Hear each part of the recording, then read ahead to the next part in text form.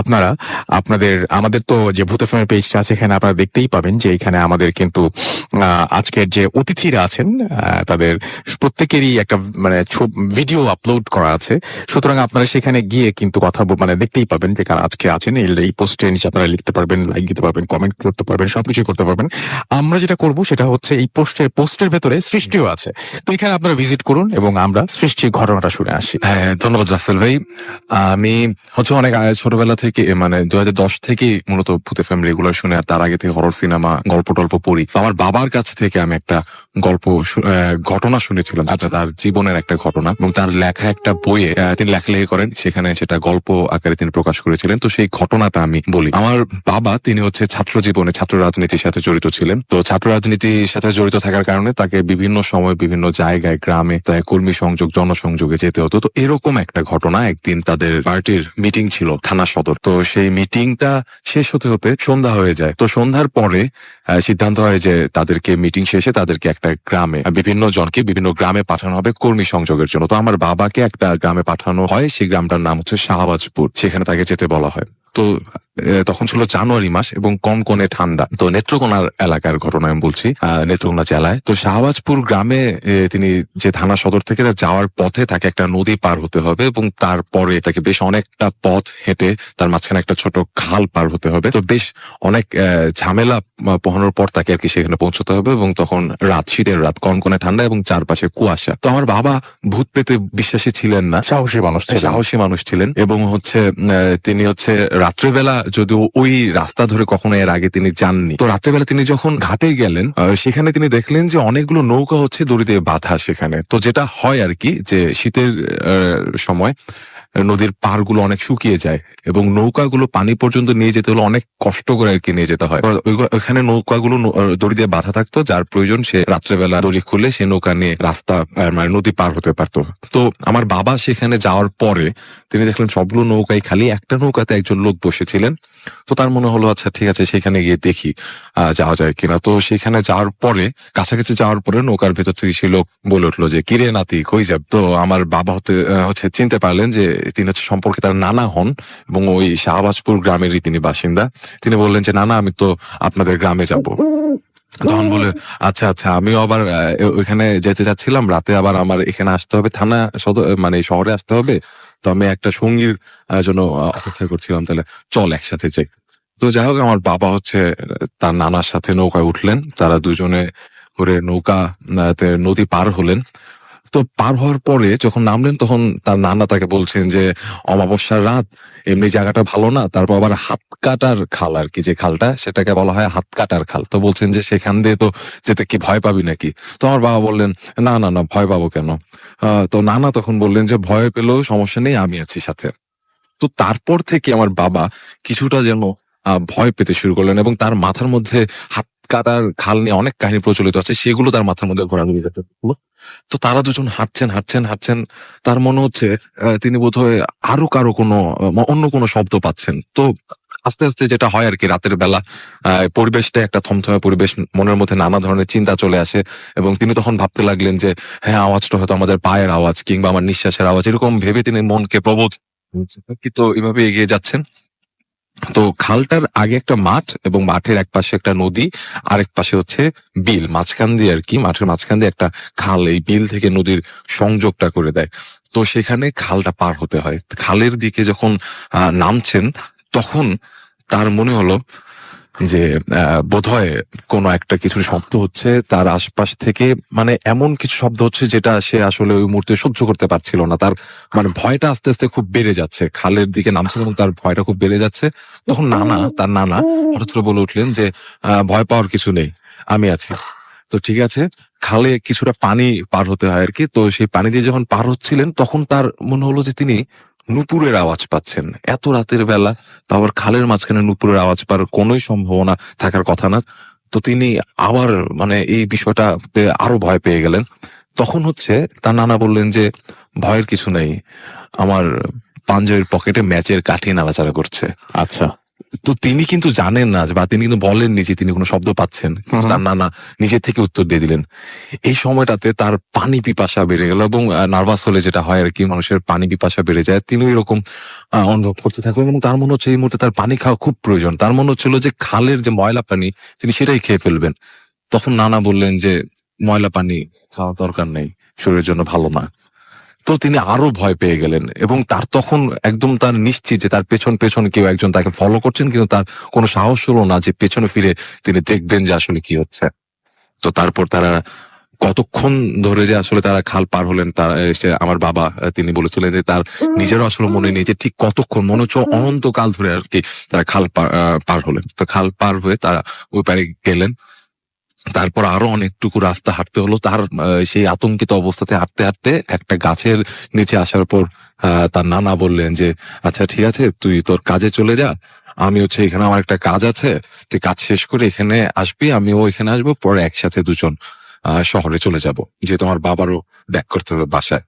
তো তিনি হচ্ছে গ্রামে একটা বাড়িতে গেলেন এবং যাওয়ার পরে সেখানে কথাবার্তা বলে তিনি যখন বের হয়ে আসবেন তখন হচ্ছে সেই বাড়ির লোকজন বলছেন যে রাতের বেলা আপনি যে যাবেন আপনার এখানে রাস্তা ভালো না। তো বললেন যে আমার এক নানা আছেন সাথে, তো আমার আসলে যাওয়াটা খুব জরুরি, আমি ওনার সাথে চলে যাব। তখন গ্রামের লোকজন মানে ওই বাড়ির লোকজন জিজ্ঞেস করলো যে আপনার নানা কে? তো আমার বাবা তার পরিচয় দিলেন যে আমার নানা অমুক এবং তিনি এই। তখন ওই বাড়ির লোকজন বলল যে এটা কিভাবে সম্ভব, তিনি তো আরো 6 মাস আগে মারা গেছেন। এটা শুনে তিনি খুবই নার্ভাস হয়ে যান এবং সেন্সলেস হয়ে যান। ওকে, তার সেন্স যখন আসে তখন রাত শেষ, সকাল হয়ে গেছে। এই হচ্ছে ঘটনাটা যেটা আমি শুনেছি। থ্যাংক ইউ সো মাচ সৃষ্টি। আমরা একটু পরে কথা বলবো আবারও সৃষ্টির সাথে, এবং এখন শারদ আছে, শারদের সাথে ছোট্ট, ওর ঘটনাটা খুব ছোট। শারদের ঘটনাটা আমরা শুনে ফেলি। শারদ, আমরা ঘটনাটা শুনে ফেলি। আসলে এক্স্যাক্টলি কোন ঘটনা বলবো? তোমার কাছে যে তুমি একটা দিয়ে তো শুরু করতে হবে, যে কোনো একটা দিয়ে। তুমি যে ঘটনাটা আমাকে শুনিয়েছো সেটাই আমাকে নিশ্চয়ই বলবা। আচ্ছা, লাইক এই ধরনের ঘটনা আমার খুবই পছন্দ। মানে মানে ছোটকাল থেকে আমি অনেক মানে দেখেছি আর কি সামনাসামনি। লাইক আমার নানুর বাড়িতে প্রায় সময় হতো কি, লাইক স্কুলের ফাইনাল এক্সাম শেষ, প্রায় 1 মাসের জন্য থাকতাম আমি গাজীপুর আমার নানুর বাসা। রাইট। তো গেলে দেখতাম যে প্রায় আমার নানুকে রেগুলারলি যে জিনিসটা হতো, জিনে ধরতো। এটা আমরা ছোটকাল থেকে দেখে অভ্যস্ত যে এরকম হয়।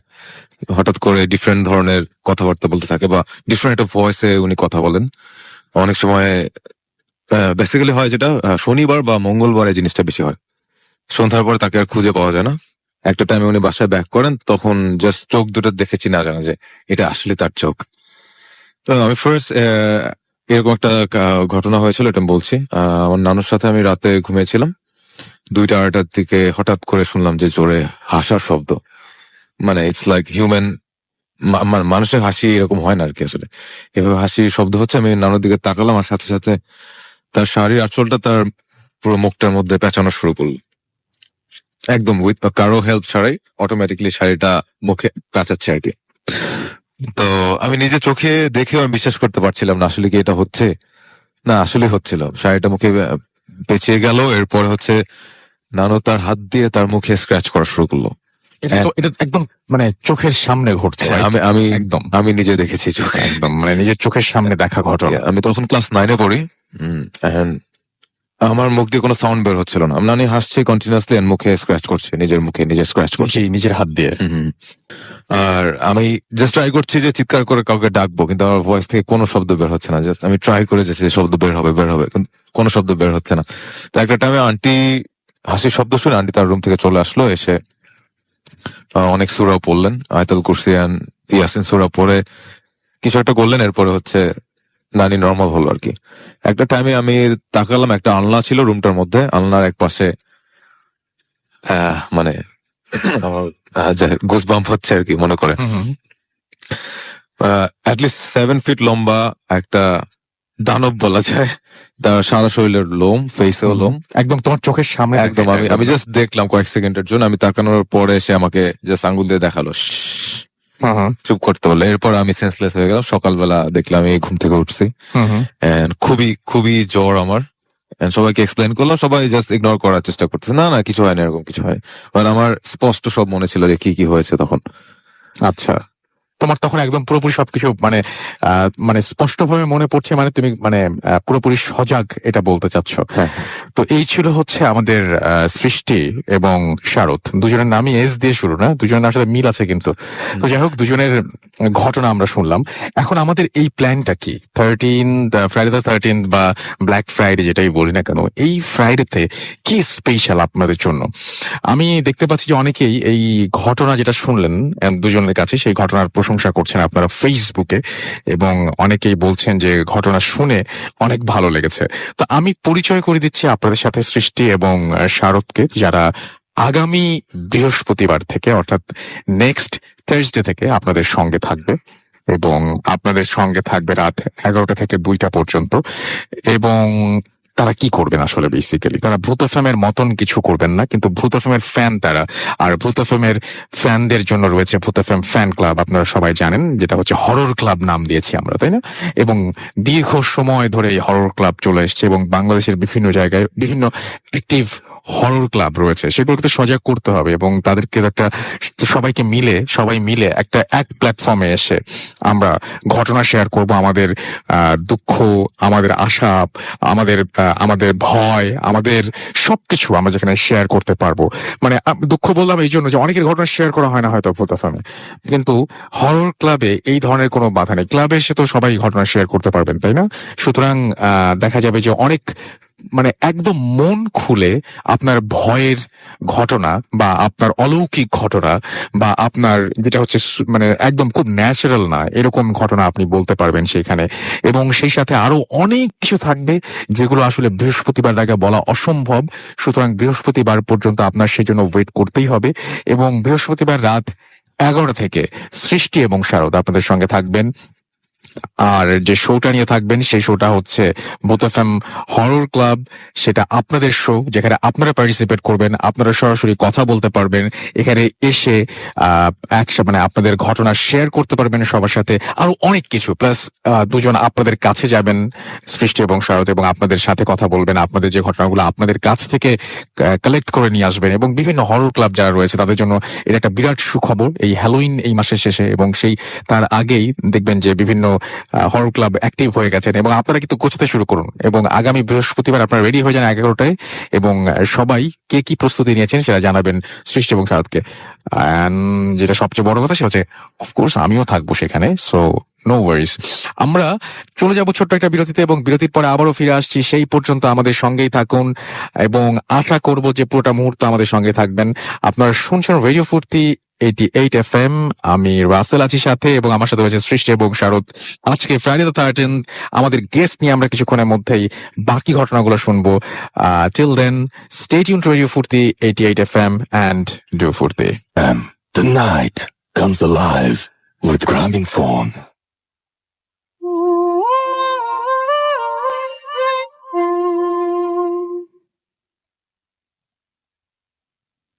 Yes, the night comes alive with Gramophone. You are listening to Radio Furti 88 FM. আমি রাসেল আছি সাথে, এবং বাবু ভাই আপনি আমাদের সাথে আছেন আজকে, এবং আজকে একটা স্পেশাল ডে, স্পেশাল নাইট।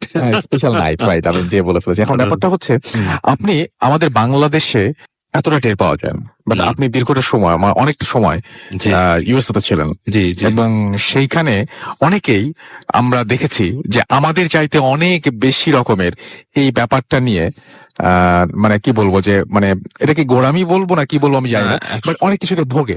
তো আপনার এরকম কি কি জিনিস আপনি ফেস করেছেন যখন ওইখানে ছিলেন? অ্যাকচুয়ালি বর্তমানে তো সবকিছু একটু লাইক সবকিছুকে ক্যাশ করা হয়, ঠিক না? সো আমি আমার টিন এজ বয়সে ছিলাম তখন থেকে। সো আমি যাওয়ার পর থেকে যখন দেখেছি ওখানে যেটা এই জিনিসটাকে ওরা kind of A festive kind of thing হিসাবেই দেখে, যদিও এটা একটা সুপারস্টিশন, ওরাও জানে সুপারস্টিশন, জানি আমরা সবাই। সেটাই মূল ব্যাপারটা তো নর্থদের থেকে এসছে, নর্থদের থেকে জিনিসটা আসছে। মানে আপনার যারা আইসল্যান্ডের ওদিকে যারা ছিল আর কি, তাদের বিলিভ, তাদের গড অ্যান্ড তাদের আপনার ইভিল যে জিনিসটা নিয়ে তারা চিন্তা করতো আর কি, সেটা থেকেই তারা এই বিলিফটাকে নিয়ে এসছেন। পরবর্তীতে এটা আরো ব্যাপকভাবে আপনার কল ভলিউমাইজড হয়েছে আর কি, যে এবং হলিউড মুভি এন্ড এভরিথিং সবকিছুর মধ্যে আরো ছড়িয়ে গেছে জিনিসটা। ছড়িয়ে গেছে। সো এটা actually it's nothing but superstition, আগেও তো আমরা বলেছি। এন্ড বাইরে এটা একটা ফেস্টিভ, মানে এখন মানুষের লাইফটা আসলে এত নিরানন্দ হয়ে গেছে যে সবকিছুর মধ্যেই তারা একটা মানে অ্যাডভেঞ্চার খোঁজে। হ্যাঁ, so Friday 13 something like that actually, because এটার কোনো বেস নাই। হ্যাঁ, বাট ফরচুনেটলি এটা সব জায়গায় এটা পালন হয়। সব জায়গায় পালন হচ্ছে। Right. এন্ড আমি যেটা বলবো সেটা হচ্ছে যে মানে আপনি আজকে আমাদের এই ফ্রাইডে সার্টিতে আপনি কি ঘটনা আমাদের শোনাবেন বা কি ঘটনা? অ্যাকচুয়ালি আমি চেয়েছিলাম যে একটা দেশের কাহিনী, দেশের কাহিনী মানে অ্যাকচুয়ালি একটা অঞ্চলের একটা এলাকার কাহিনী বলতে, সেটা হচ্ছে আমাদের দেশেই অ্যান্ড ইন ঢাকা সিটিতেই জায়গাটা আছে। অনেকে হয়তো জানেও না জায়গাটা সম্বন্ধে। হ্যাঁ। ওই একটা কলোনি আর কি, সেই কলোনি সম্পর্কে সেখানকার বিভিন্ন কথা সেখানে প্রচলিত বা যা হয় এখনো হচ্ছে সেটা নিয়ে। অ্যান্ড অলসো একটা কাহিনী বলতে চাচ্ছিলাম পরে, সেটা হচ্ছে আমেরিকার একটা কাহিনী। ওকে, তাহলে আমরা কোনটা দিয়ে শুরু করতে পারি? আমরা দেশেরটা দিয়ে শুরু করতে পারি। আমরা দেশেরটা দিয়ে শুরু করি তাহলে। রাসেল ভাই, এটা হচ্ছে একটা কলোনি। হ্যাঁ, আর এখানে এটা অনেক আগে তৈরি করা, লাইক Right. 50-এর দশকে তৈরি করা একটা কলোনি, এবং জায়গাটা বেশ গাছপালা এবং সবকিছু দিয়ে ঘেরা। এটা একটা আলাদা একটা ইকোসিস্টেম আছে রাসেল ভাই। Like if you go in there, আপনার কাছে কিন্তু মনে হবে যে হঠাৎ করে আমি বিচ্ছিন্ন হয়ে গেলাম আশপাশ থেকে। আচ্ছা হ্যাঁ, এবং একদম ঢাকার হার্টেই কোন একটা জায়গায়, এটা আমি এক্সাক্ট লোকেশনটা বলছি না, আচ্ছা একদম ঢাকার হার্টে এবং খুব ব্যস্ততম এলাকা। আচ্ছা, But যখনই আপনি ওই মানে কলোনির এরকম এলাকায় এরকম কিছু হতে পারে, এরকম কেউ কোনোদিন সন্দেহ না, করবে? আপনি যখন ঢুকবেন না, ঢোকার পরে আপনি ভাইবটা পাবেন।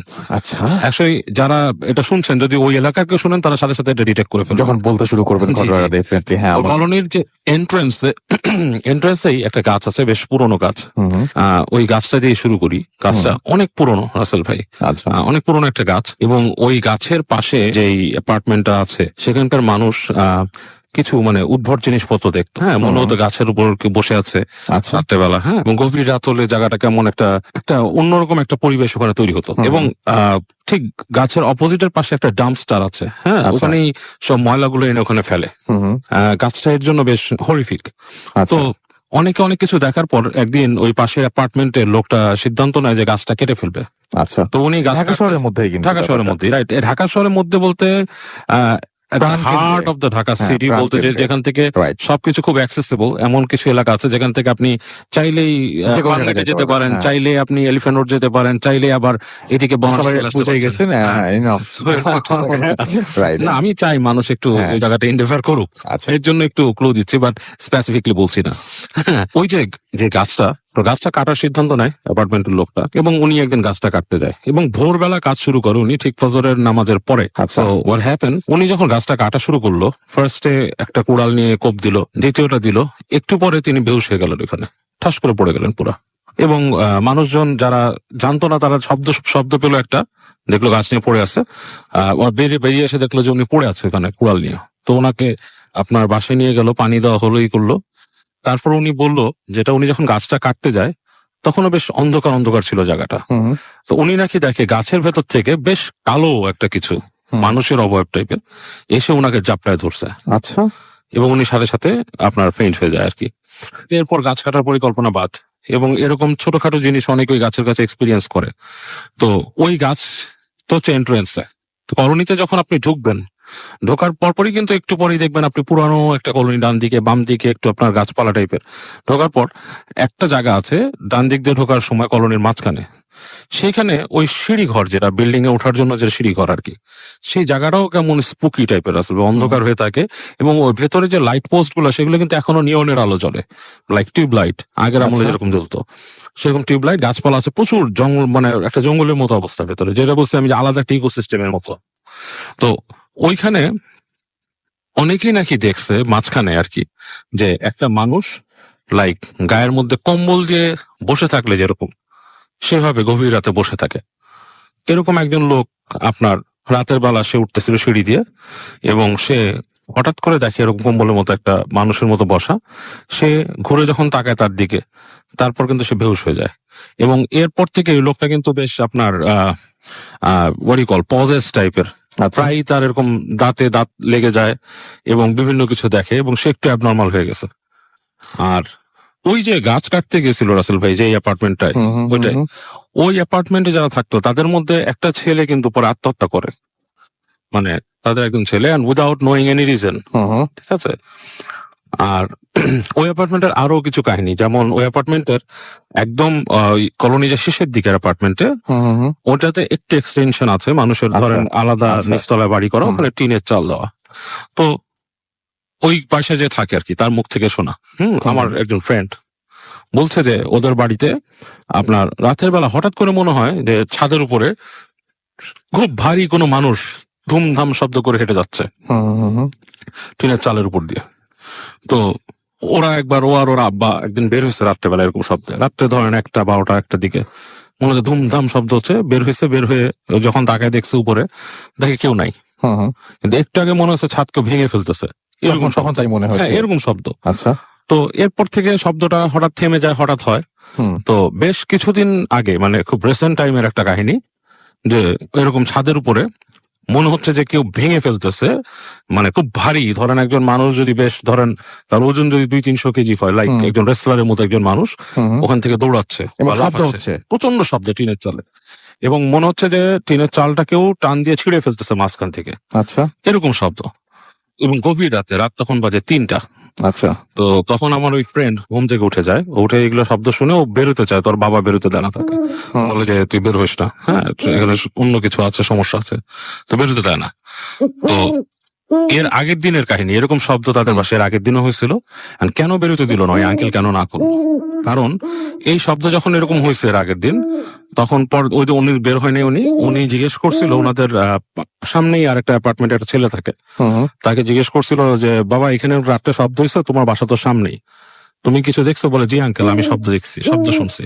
শব্দ শোনার পর আমি আমার জানলা দিয়ে তাকাইছি, তো তাকায় আমি আমার দেখলাম যে আবছা আবছা আলোতে কিছু ছোট ছেলে পেলে, তাদের বয়স হবে 10, 11, 12 এরকম, হ্যাঁ, তারা, এবং প্রত্যেকের সাথে একটা করে কুকুর, আচ্ছা, আপনাদের ছাদের উপরে দৌড়াদৌড়ি করতেছে।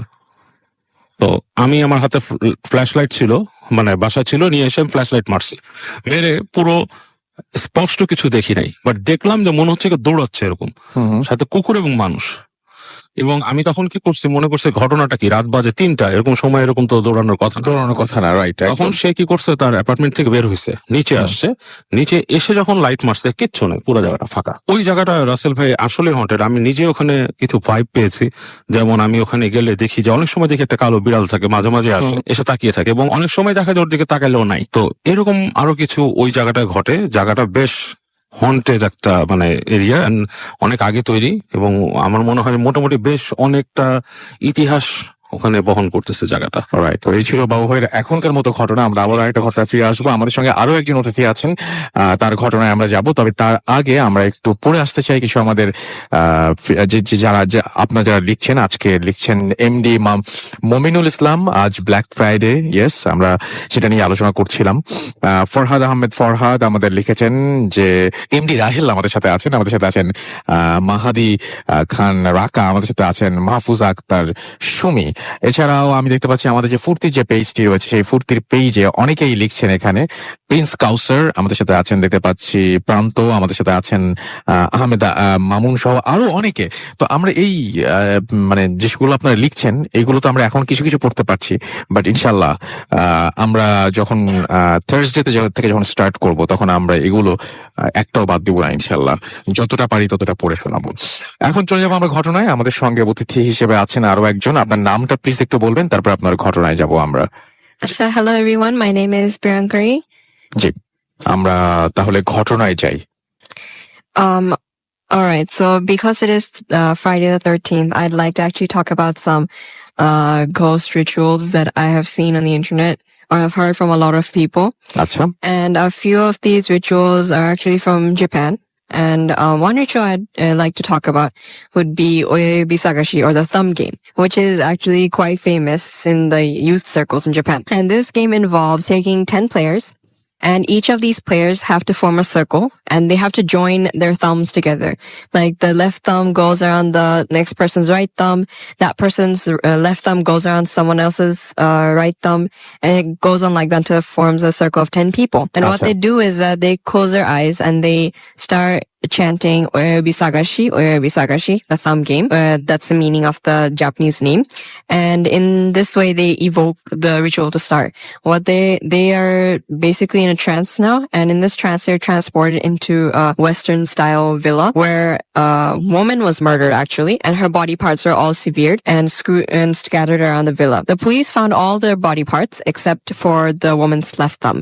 And the objective of this ritual or this game is to search for the left thumb. It sounds really simple, but actually, it's quite simple, but Right. actually there are a few dangers. You have a candle, and this candle actually represents your... এটা কি candle মানে কি এটাকে একদম just মোমবাতির মতোই কিছু একটা থাকে নাকি অন্য কোনো কিছু? No, it's just a candle. শুধু একটাই মোম। আচ্ছা, ওকে। And this candle represents your gateway from the normal world to this haunted spirit world. একটা ওয়ার্ল্ড থেকে আরেকটা ওয়ার্ল্ডে যাওয়ার একটা It's actually মাঝখানে থাকে। yes, it's kind of one way, except it's a reverse one way. মানে এটা একটা হ্যাঁ, মানে এটা মানে এক জায়গা থেকে আরেক জায়গায় চলে যাওয়া, মানে আমি বলতে পারি যে মানে একটা ওয়ার্ল্ড যদি আমি চিন্তা করি, সেই ওয়ার্ল্ড থেকে সেই মানে মানে একটা হচ্ছে আলো যেখানে Yes. লাইট আছে, আর একটা হচ্ছে dark, right? Yes. Okay. And so this candle will help you search around the villa. And no one actually knows that whether you're searching the villa at nighttime or daytime, because it's actually the spirit world, and spirit world is not like the human world. So, but you still need a candle in case something happens or anything. And with using that candle, you search around the villa for the woman's left thumb. But the thing is that candle, because it's a candle, it's going to go out at any time. And if that candle burns down, that means that you're going to be trapped in that mansion, or I mean that villa forever. So you need to either find the thumb before the candle gets finished, or if you don't find the thumb before the candle gets finished, you need to blow it out so that you can return to the spirit world. I mean the real world. And while you're searching for the thumb, you might feel someone tapping on your shoulder. Do not, under My any circumstances, turn around or look at whatever is tapping you, because that is not anyone. That is just some sort of killer ghost hand or something that will basically murder you. And after দেখতে কেমন আমি একটু জানতে চাই it তারপরে। actually couldn't know. The only thing they know is that they just see a hand, and that's pretty much it. They're dead. Just একটা হাত। Huh. And the thing is, not only do they get murdered, they also take the place of that murdering hand. So they stay in the villa forever, tapping on other people's shoulders and killing them when they turn around. So after you find the thumb, what happens is that whatever wish you had in the past, like, okay, for me, it would be good O-level results, obviously. You will, this one will take some time, but you'll see that your wish has been granted. Like when I gave O-level exams. আচ্ছা, and- তার মানে এই কারণেই মানুষজন খেলে। Yeah, and it's not actually that dangerous as some of the games that people have put on the internet. And some of these games, they seem a bit far-fetched, but when you actually play them, it is quite true. Okay, so thank you so much আমাদের সঙ্গে participate করার জন্য এবং এর করে চমৎকার ঘটনা আমাদেরকে শোনানোর জন্য। আপনারা যারা লিখতে চান তারা আমাদেরকে লিখুন www.facebook.com/radio.4 এই অ্যাড্রেসে গিয়ে, এবং আমরা আশা করছি যে কিছুক্ষণ পরে আবারও ফিরে আসবো। তার আগে জানাই যে আজকে যেহেতু ফ্রাইডে দ্য 13th, যারা আজকে জয়েন করেছেন বা যারা জানেন না যে ফ্রাইডে দ্য 13th কি, মানে what is it all about, আমার মনে হয় যে এটা একটু জানার জন্য আমরা একটা ছোট্ট ক্লিপ প্লে করি, কি তাই না? আমরা মানে হোয়াটস ইট অল অ্যাবাউট যদি আমরা জানতে চাই, মানে about the Friday the 13th and all that, এখানকার যে রিচুয়ালস, মানুষের মধ্যে যে সমস্ত বিলিফ বা মানুষের মধ্যে যে সমস্ত সুপারস্টিশন কাজ করে, সেই জিনিসগুলো কি, সেই জিনিসগুলো নিয়ে আমরা আগেও প্লে করছি, বাট যারা আজকে ফার্স্ট টাইম আমাদেরকে জয়েন করলেন, they should know what is Friday the 13th and মানে কি কি রিচুয়াল মানুষ করে, কি কি ব্যাপারে মানুষের সন্দেহ আছে, সবকিছু নিয়ে আমাদের ব্রেকের পরে আমরা ফিরে আসবো এবং আমরা সেই সাথে নতুন অতিথিদের নিয়ে চলে আসবো এখানে। সেই পর্যন্ত আশা করছি আপনারা আমাদের সঙ্গে থাকবেন। So stay tuned Radio 88 FM and do Furti. Booth FM. The night comes alive with Gramming Phone.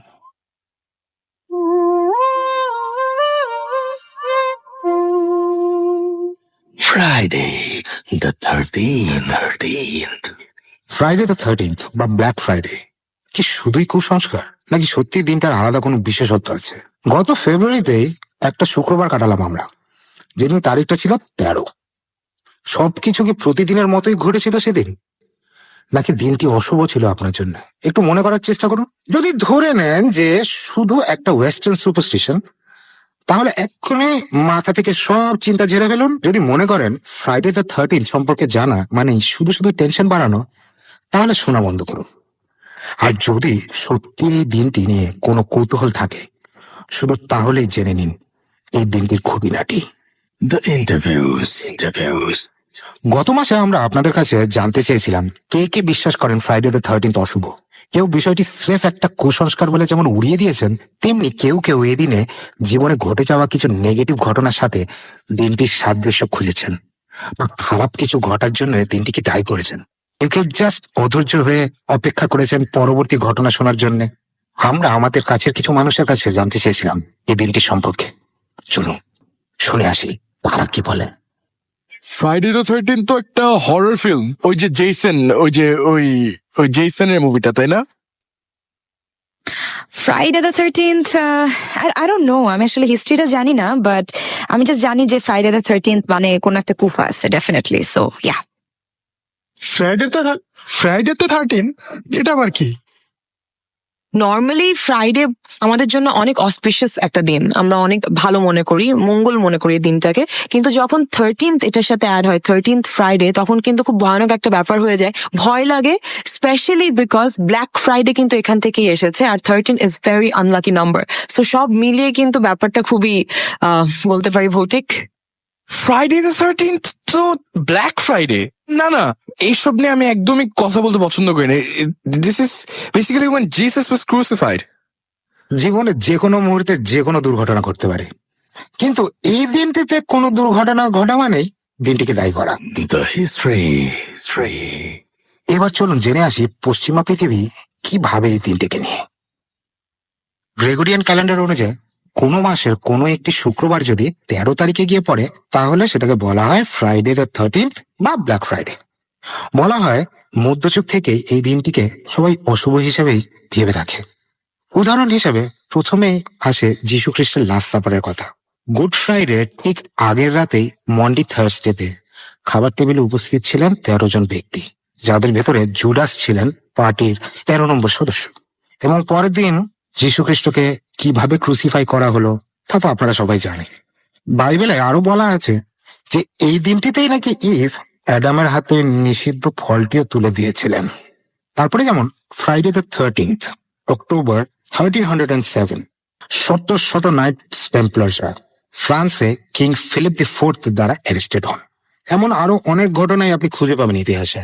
যেহেতু প্রতিটি তথ্যই সংগ্রহ করা, তাই তাদের সংখ্যা আর নাইবা বাড়ানো।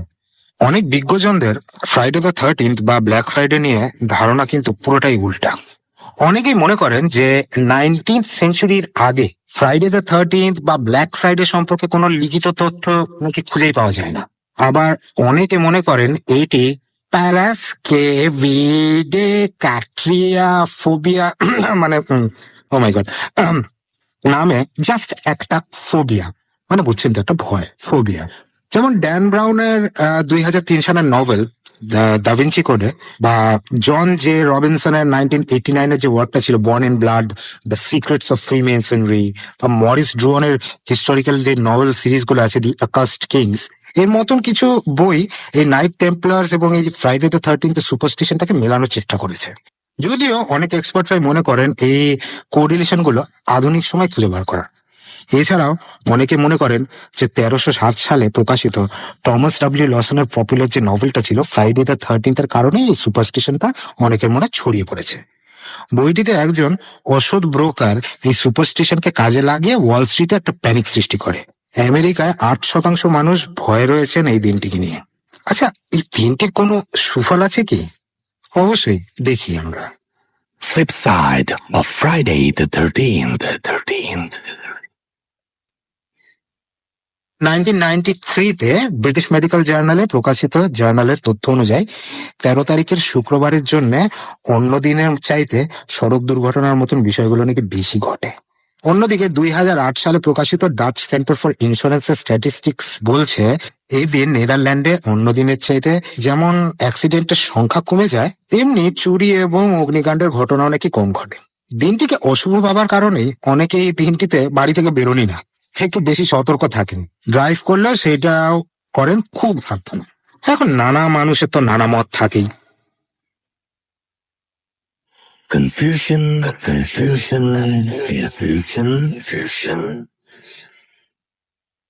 অনেকেই মনে করেন নিউমারোলজিতে 12 সংখ্যাটির অর্থ কমপ্লিটনেস। একটু চিন্তা করলেই আপনি পেয়ে যাবেন 12 months of the year, 12 hours of the clock day, the 12 deities of Olympus, 12 tribes of Israel, 12 apostles of Jesus, 12 signs of the zodiac, the 12 years of the Buddhist cycle. অন্যদিকে সংখ্যা 13 মানে কমপ্লিটনেসের উল্টোটা। 13 সংখ্যাটিকে নিয়ে আমরা খুব একটা ঘেটে দেখতে চাই না, কেন 13 মানে খারাপ, অশুভ। এটা কি শুধুই খুব পুরনো একটা সুপারস্টিশন? অদ্ভুত ব্যাপারটা হচ্ছে যে ইটালিতে 13 সংখ্যাটিকে কিন্তু শুভ করে দেখা হয়, সেখানে বরং অশুভ ধরা হয় ফ্রাইডে দ্য 17th কে। গ্রিকরা মনে করে টিউসডে দ্য 13th হচ্ছে অশুভ। দিনটির উপরে এরিস অর্থাৎ দ্য গড অফ ওয়ার এর প্রভাবের কারণেই এমনটি মনে করা হয়। সুতরাং ভয়ের কিছু নাই। অনেক ধর্মে অনেক দেশেই 13 কিন্তু একটা গুরুত্বপূর্ণ সংখ্যা। ম্যাথামেটিক্সে 13 6th প্রাইম নাম্বার এবং একটি হ্যাপি নাম্বার। চীন এবং কোরিয়ার নাম্বার হিসেবে 7কে বাই দ্য ওয়ে অশুভ ধরা হয়। আমি আবার রিপিট করছি, 7কে কিন্তু অশুভ ধরা হয় চীন এবং কোরিয়াতে। সবশেষে স্বস্তি দিতে টেলর সুইফটের এমটিভি ইন্টারভিউতে বলা কথাগুলো জানিয়ে দিচ্ছি আপনাদের। ফেব্রুয়ারি ফ্রাইডে দ্য 13th আপনাদের পাঠানো অনেকের মেসেজ ছিল গায়িকা টেলর সুইফটের মতোই। I was born on the 13th. I turned 13 on Friday the 13th. My first album went solo in 13 weeks. My first #1 song had a 13-second intro. কি করা যাবে, কি করা যাবে না, ফ্রাইডে দ্য 13th কে বলা হয় the most wide spread superstition. আর সে কারণে যে কোনো নতুন ব্যবসা শুরুর জন্য এই দিনটিকে বেসিক্যালি অমঙ্গলজনক বলেই ধরা হয়। অনেকে দূরের যাত্রা বাতিল করে দেন এই দিন। কিছু কিছু নিষেধাজ্ঞা বেশ অদ্ভুত ধরনের, যেমন এই দিন অনেকেই ঘরের ভেতরে ছাতা মেলতে নিষেধ করেন। ঘরের ভেতরে ছাতা, হ্যাঁ। বড় ধরনের সারপ্রাইজ এড়িয়ে চলতে পরামর্শ দেন। ওকে, সারপ্রাইজ। চাঁদের নিচে কাউকে কোনো কথা দেওয়া থেকে বিরত থাকতে বলেন কেউ কেউ। আর কেউ নন, স্বয়ং শেক্সপিয়ার বলেছেন, O swear not by the moon, the inconsistent moon, that monthly changes in her circle orb, lest that thy love prove likewise variable, বলেছেন Juliet Capulet in Shakespeare's most famous tragedy. বুঝছেন তো কোনটা? বন্ধু বান্ধব নিয়ে খাবার খেতে যাচ্ছেন, খুব ভালো কথা। অতিথি সংখ্যাটা 13 বা 13 কম অনেকে বলেন রাখতে আর কি এই দিনে। অনেকে আবার বলেন যে এই দিনে নাকি আয়না ঢেকে রাখতে হয়। আবার অনেকে বলেন যে এই দিনে কোনো মাছের প্রচলিত নাম মুখে নাকি আনতে নেই। যেমন ধরুন ইলিশ মাছ না বলে আপনি যদি এখন টেনিউলোসা ইলিশা বলেন, মানে যেটা হচ্ছে কি বেসিক্যালি ইলিশ মাছের বৈজ্ঞানিক নাম, তাহলে হয়তো ঠিকঠাক থাকবে আর কি। অনেকে রাতে শোবার সময় যে পাশ হয়ে শোন উঠতে চান সেই পাশ দিয়ে। বিশেষ করে দেয়ালের দিকে ফিরে ঘুম ভাঙলে ধরা হয় নাকি ব্যাড লাক। এমন আরো অনেক কিছু ভাবেন পশ্চিমা দেশের মানুষেরা। কি ভাবছেন? ভাবছেন না যে জাতি হিসেবে অ্যাকচুয়ালি বাঙালিরা অনেক কম কুসংস্কারাচ্ছন্ন? সত্যিই তাই। ধরে নিতে পারেন যে ফ্রাইডে দ্য 13th জাস্ট একটা সুসংস্কার, এটা একটি ফোবিয়া। যাই ভাবেন না কেন, পরামর্শ একটাই, এই দিন নিয়ে খুব একটা বেশি ভাবতে যাবেন না, কারণ আপনার ইচ্ছা শক্তি, আপনার চিন্তা শক্তি, আপনার বিশ্বাস এসবের চেয়ে অনেক বেশি powerful. Bhoot FM. The night comes alive with Graminphone.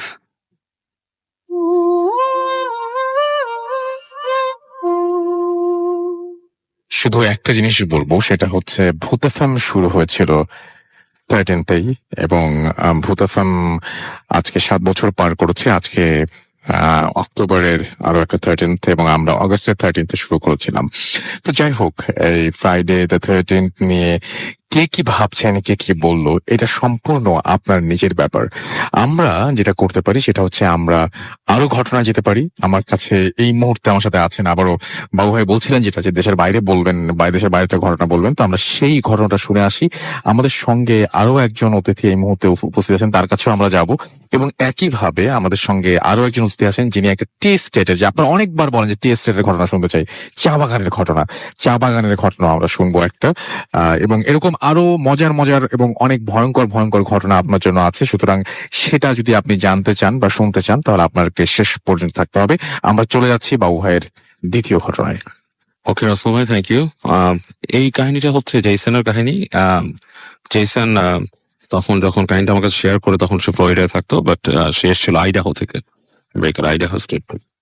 যাই হোক, যেহেতু আপনি ফ্রাইডে দ্য 13 বা হ্যালোউইন এরকম সম্বন্ধে বলছেন, তো এই কাহিনীটার সাথে হ্যালোউইনের একটা সম্পৃক্ততা আছে, এর জন্য বলছি আর কি। Okay. সো জেসনরা যখন টিনেজ ছিল, when they were like 15 or 16 years old, 15-16 বছর বয়স যখন ছিল তখনকার কাহিনী, ওরা ফ্রেন্ডরা এই হ্যালোউইন জিনিসটা নিয়ে বেশ অ্যাকচুয়ালি Excited ছিল। ছিল।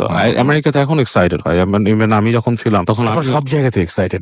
এক্সাইটমেন্টটা কাজ করে, বাট অ্যাকচুয়ালি ওখানকার এক্সাইটমেন্ট এখানকার এক্সাইটমেন্টের থেকে কিছুটা ডিফারেন্ট রাসেল ভাই, বিকজ আমরা এখানে যেটা করি আমরা কিন্তু জাস্ট ফান করি, ঠিক আছে? মানে আমাদের হ্যালোউইনে এখন অনেক পার্টি হচ্ছে, মানুষ কস্টিউম পরছে, সাজছে এন্ড স্টাফ লাইক দ্যাট। তো কস্টিউমের বাইরেও অনেকে আছে বিলিভ করে যে রিচুয়াল থাকে, রিচুয়াল থাকে, রাইট। অনেকে বিলিভ করে যে আসলেই আপনার এই অশরীরী বা কিছু পিশাচ বা কিছু এরকম আসবে পৃথিবীতে, এরকম অনেকে বিশ্বাস করে। So Jason was one of them believers, এরকম কিছু বিশ্বাস করতো আর কি। এবং অনেকে আছে অনেক রকম রিচুয়াল করে, অনেকে আপনার দেখা যাচ্ছে যে একটা আপনার সেমিটারিতে যে রাত কাটাচ্ছে, থিংস লাইক দ্যাট। আমরা তো যেটা করছি যে পার্টি করছি, বাট ইটস নট পার্টি। ওরা জিনিসটাকে একটু মানে সেই রকম আরো সিরিয়াসলি নিচ্ছে এবং সেরকম জিনিসের প্রতি আগ্রহ ফিল করছে। রাইট। ওয়েল, জেসনের কথা বলি, ও এবং ওরা এরকম 3 জন ফ্রেন্ড, তারা ডিসাইড করে যে তারা এক হ্যালোউইনে রাতের বেলা যে তারা কোথাও এরকম রাত কাটাবে এবং সেখানে তারা দেখবে যে কি কাহিনী। তো এখানে রাত কাটাতে যায়, ওদের ওখানে ওই এলাকায় একটা বার্ন ছিল আর কি, মানে একটা ঘোড়ার ফার্ম ছিল, সেখানে একটা বার্ন মানে আস্তাবল ছিল, এবং সেই আস্তাবলটা আপনার একসময় আগুন লেগে উড়ে যায়। তো ওখানে অনেকে বলে যে ওখানে নাকি একজন শত্রুতা করে আগুন দিয়েছিল আরেকজনের বার্নে। হ্যাঁ, আচ্ছা। তো যখন সে এটা পোড়ায় তখন নাকি কোনো কারণে সে পালাতে পারেনি আর কি, তার পাও বেঁধে যায় এবং সে আগুনে পড়ে মারা যায়। এরপর নাকি অনেকেই ওই জায়গায় গেলেই এরকম দেখতো আর কি, সে মানুষটাকে মানে গভীর রাতে কেউ হেঁটে যাচ্ছে বা গাড়ি নিয়ে যাচ্ছে আশপাশ থেকে, হঠাৎ দেখতো যে ওই রাস্তা দিয়ে হঠাৎ একটা মানুষ হেল্প পুরো আগুনে পুড়ছে এবং দৌড়াচ্ছে, তার আশেপাশে অনেক আগুন, মানে আপনার ঘোড়ার ফার্মের আগুন, মানে পুরো সিনটাই নাকি তার সামনে প্লে হতো, অনেকের সামনে। আচ্ছা। তো ওই জায়গাটার কাহিনী শুনে জেসন আগ্রহী হয় যে ওরা 3 জন ফ্রেন্ড ওখানে রাত কাটাবে আর কি যায়। তো ওরা ওখানে যায়, যে হ্যালোউইনের রাত্রে ওইটা ও যেখানে থাকতো সেই জায়গাটা পুরোপুরি একটা মানে ইট ওয়াজ লাইক আরবান এরিয়া, মানে পুরোপুরি শহরে না। তো ওখানে যে রাতের বেলা ওরা বসে মানে ওই বাসাটার মধ্যে ট্রেসপ্যাসিং ছিল, মর্নিং ছিল যে নো ট্রেসপ্যাস। ওখানে যেটা হয় আমরা ওইটা করেছি যে নো ট্রেসপ্যাসিং এলাকায় ঢুকে গিয়েছি একটা, তো ওরাও ঢুকে যায় আর কি। হ্যালোউইনের রাতে মানুষ বাধারও কম করে, ওই জায়গায় লোকাল শেরিফও খুব একটা মানে অ্যাক্টিভ ওই সময় থাকে না, মানে ছেলেপেলের জন্য অনেকটা ছাড় দিয়ে দেয়, কারণ ট্রিক অর ট্রিট করে কিডসরা। তো ওরা ওখানে যে বসে বেশ কিছুটা সময় পার করে, এবং ওদের মধ্যে একটা মানে অ্যাকচুয়ালি এরকম একটা আসে যে আমরা একটা let's do something like an ouija board টাইপের কিছু একটা করি। যেমন আপনার অনেকে কিন্তু যেটাকে আউইজি বোর্ডকে আমাদের দেশে ওইজা বোর্ড বলে জিনিসটাকে, যেটা আউইজি বোর্ড নিয়ে মানে একটা স্পিরিট কল করি বা সামথিং লাইক দ্যাট। তো ওরা এরকম একটা প্ল্যানিং করে একটা এরকম বোর্ড টাইপের বের করে মাঝখানে কিন্তু বলে রাখা ভালো যে যারাই এই বোর্ড নিয়ে আমাদের দেশে চর্চা করছেন বা আমাদের পার্শ্ববর্তী দেশে অনেক আমাদের শ্রোতা আছেন যারা চেষ্টা করছেন আউইজি বোর্ড নিয়ে প্র্যাকটিস করার, you should give it up. এটা একটা রিচুয়াল হলেও এটাকে আপনি যত সুপারস্টিশন বলেন যাই বলেন, something bad will come up on you. হয় কিন্তু মানে if you don't have the preparation, মানে আপনি actually you are calling the devil, আপনি নিজে ডেভিল কল করে আনছেন। যে কোনো রিচুয়ালে কিন্তু আপনি নিজেই একটা ডেভিলকে কল করে নিয়ে আসছেন। So you are basically giving an access to devil to get to you. আচ্ছা, এরকম একটা কাহিনী কিন্তু হয়। এই জন্য আউইজি বোর্ডের আমি এই কাহিনীটা বলছি আর কি। তো ওরা একটা আউইজি বোর্ড নিয়ে ওখানে বসে রাসেল ভাই, মানে অ্যাকর্ডিং টু জেসনের বর্ণনা অনুযায়ী ওই সময়টা ছিল ঠিক শীত আসার আগে, হারভেস্ট টাইম, হ্যালোউইন তো হারভেস্ট টাইমেই হয়। হ্যাঁ, তো বেশ কুয়াশা টাইপের পড়ে গেছে। সেই বার্ন যে ছিল, মানে পড়ে যাওয়া যে বার্নটা, ওই জায়গাটা একটা মানে ভাঙা একটা রুইন টাইপের একটা জায়গাতে পরিণত।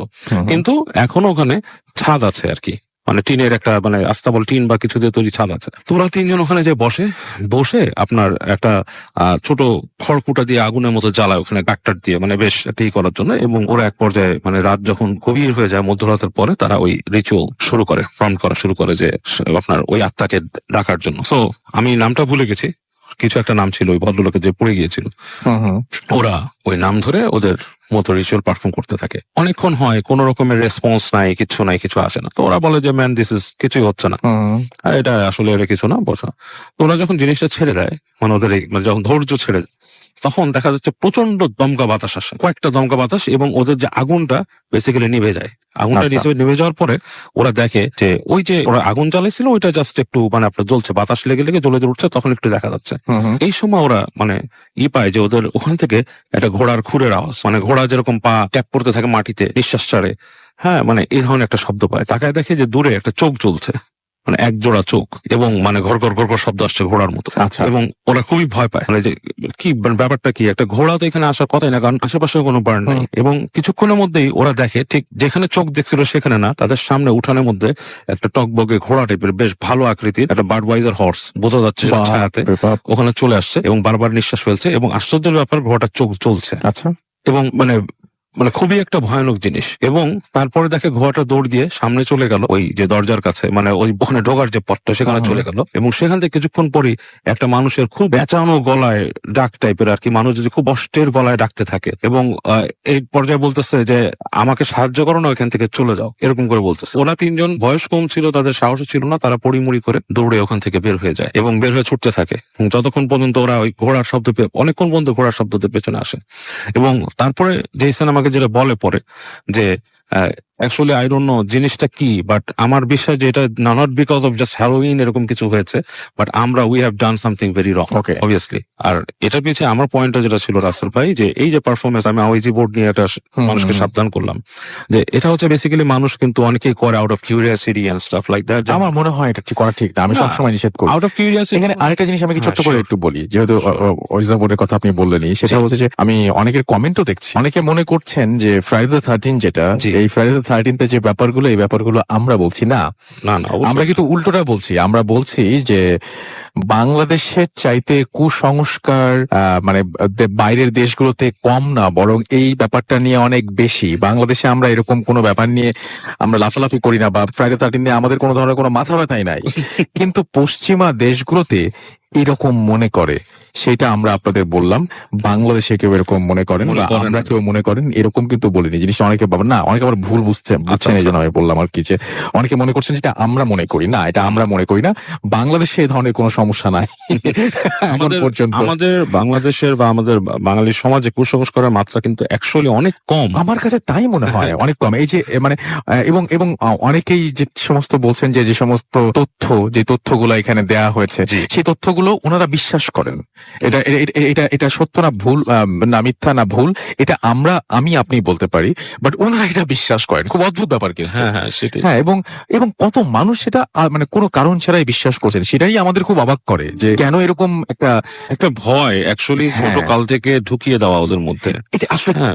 কালচারের একটা পার্ট, আমার মনে হয় কালচারের একটা পার্ট। যেমন আমাদের দেশে কিছু কুসংস্কার আছে, যেমন রাতের বেলা দোকানে যে চুন কিনতে চাইলে আপনাকে চুন দেবে না, হ্যাঁ, সেগুলো সুই আছে। দেবে না, Right, কালো সুতা right, দেবে না, right, right. এগুলো কিন্তু দেবে না আপনাকে রাতের Right. বেলা। এবং এবং এবং আপনারা সব মানে এই যে ক্লিপটা আমরা প্লে করলাম, সেই ক্লিপে ঠিক আপনার ফ্লিপ সাইড অর্থাৎ উল্টোটাও দেখেছেন, যে উল্টো যে সমস্ত বিশ্বাসগুলো আছে সেগুলোও দেখেছেন। বরং অনেক জায়গায় দেখা গেছে যে এই দিনে অ্যাক্সিডেন্ট কম হয়, জি। বাসায় আগুন লাগা কম হয়, কারণ মানুষজন মানে অশুভ মনে করে, অথচ অশুভ ব্যাপারগুলোই ঘটেই না, এরকম ব্যাপারই বেশি এরকম ব্যাপারই বেশি হয়, তারপরেও মানুষ বিশ্বাস করে। এবং যারা যারা যারা কুসংস্কারাচ্ছন্ন মানুষ বা যারা কুসংস্কার বিশ্বাস করেন, তাদেরকে কোনোভাবে থামানো সম্ভব না আমার মনে হয়। সেটাই।